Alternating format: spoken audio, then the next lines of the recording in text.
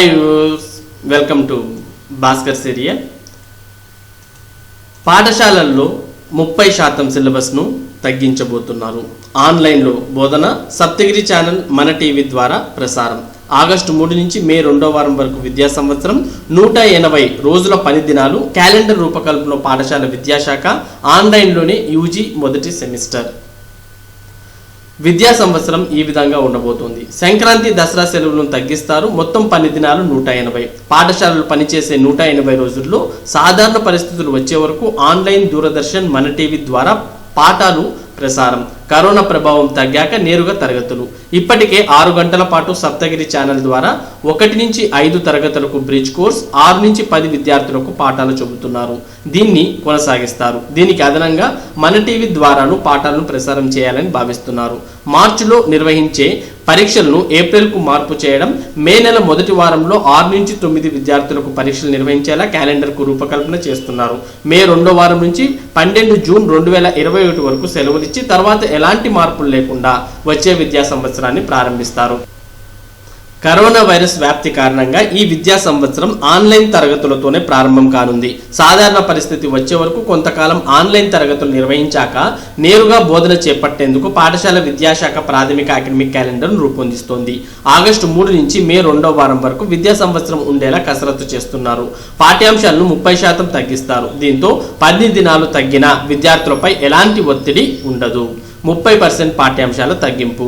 పండగ సెలవులతో పాటు పాఠ్యాంశాలను తగ్గించనున్నారు. పరీక్షల షెడ్యూల్లోనూ మార్పులు చేయనున్నారు. ఉన్నత విద్యలో సెమిస్టర్. అండర్ గ్రాడ్యుయేషన్ యూజీలో మొదటి సెమిస్టర్ వరకు ఆన్లైన్ తరగతులు నిర్వహించాలని ఉన్నత విద్యా మండలి భావిస్తోంది.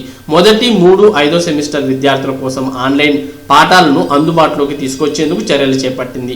ఇందుకోసం ప్రత్యేకంగా అభ్యాసన నిర్వహణ విధానం LMS తీసుకొచ్చేందుకు ప్రయత్నాలు చేస్తోంది. ఉపాధ్యాయులు బోధించిన వీడియో పాఠాలను ఆన్లైన్లో ఉంచుతారు.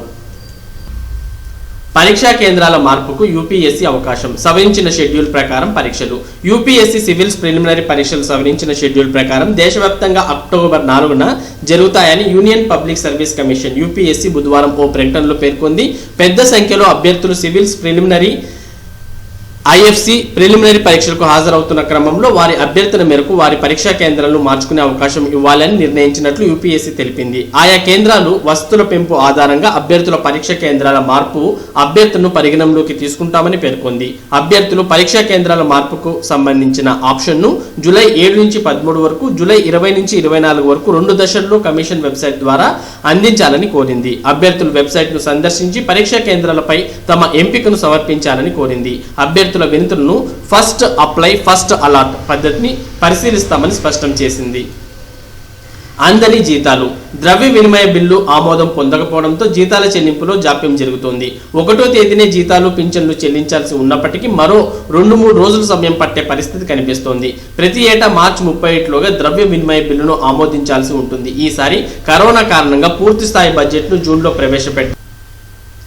అందుకే జూన్ 30లోగా బిల్లుకు ఉభయ సభల ఆమోదం లభించాల్సి ఉండగా శాసనమండలి దీన్ని ఆమోదించలేదు.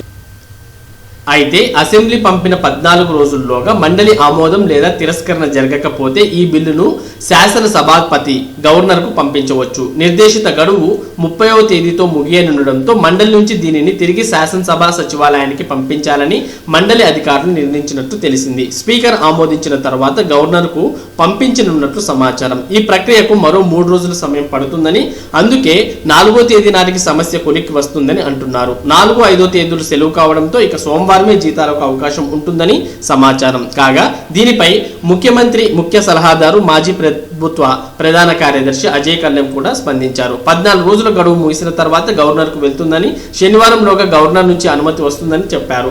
ఆ తర్వాత యథావిధిగా చెల్లింపులు జరుగుతాయని ఆయన స్పష్టం చేశారు. ఇలా ఉండగా జీతాల జాప్యానికి టీడీపీ సభ్యులే కారణమని అధికార పార్టీ నేతలు విమర్శిస్తున్నారు.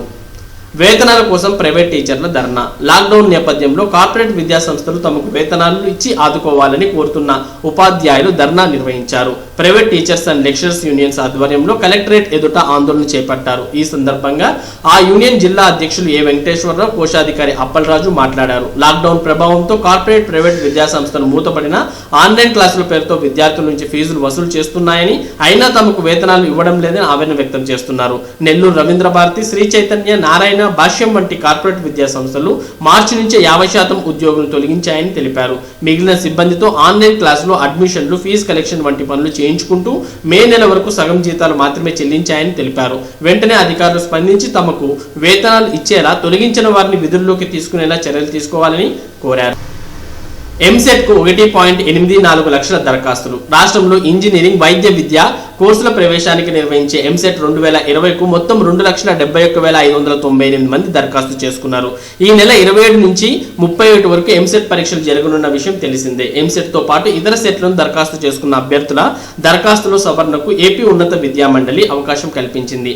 ఆన్లైన్లో దరఖాస్తు చేసుకున్న సమయంలో ఏవైనా పొరపాట్లు చేసి ఉంటే వాటిని సవరించుకోవచ్చని ఏపీ SHE సెట్ల ప్రత్యేక అధికారి సుధీర్ రెడ్డి బుధవారం తెలిపారు. ఎంసెట్ కు దరఖాస్తు చేసుకున్న అభ్యర్థులు ఈ నెల 4 నుంచి 7వ తేదీ వరకు, ఈసెట్, లాసెట్, ఎడ్సెట్ అభ్యర్థులు జూలై 7 నుంచి 10వ తేదీ వరకు, ఐసెట్, PGE సెట్ అభ్యర్థులు జూలై 10 నుంచి 13వ తేదీ వరకు, PE సెట్ అభ్యర్థులు జూలై 15 నుంచి 18 వరకు సవరించుకోవచ్చని పేర్కొన్నారు. లాసెట్ కు దరఖాస్తుల జోరు. SKU ఆధ్వర్యంలో నిర్వహించిన లాసెట్ 2020కు నిరుడు కంటే ఈ ఏడాది దరఖాస్తులు పెరిగాయి. ఇంకా అపరాధ రుసుముతో దరఖాస్తు చేసుకునే వీలుంది. నిరుడు లాసెట్ కు 13,000 దరఖాస్తులు అందితే ఈ ఏడాది ఇప్పటికే 16,000 దరఖాస్తులు అందాయి. ఆంధ్రప్రదేశ్లో మాత్రమే పరీక్ష కేంద్రాలు నిర్ణయించారు. దరఖాస్తులు మార్పులు చేర్పులు ఉంటే జూలై 7, 8, 9, 10 తేదీల్లో ఆన్లైన్లోనే మార్పులు చేసుకోవడానికి వీలుందని కన్వీనర్ ఆచార్య జ్యోతి విజయ్ కుమార్ తెలిపారు. మరి ఇవి ఈ రోజు ఉన్నటువంటి విద్యా ఉద్యోగ సంబంధిత సమాచారం. ఇటువంటి ముఖ్యమైన సమాచారాన్ని భాస్కర్స్ ఏరియా మీకు అందిస్తూ ఉంది. మరి ఈ సమాచారం మీరు పొందడానికి మన భాస్కర్స్ ఏరియా ఛానల్కు సబ్స్క్రైబ్ అవ్వండి. Thank you for watching this video.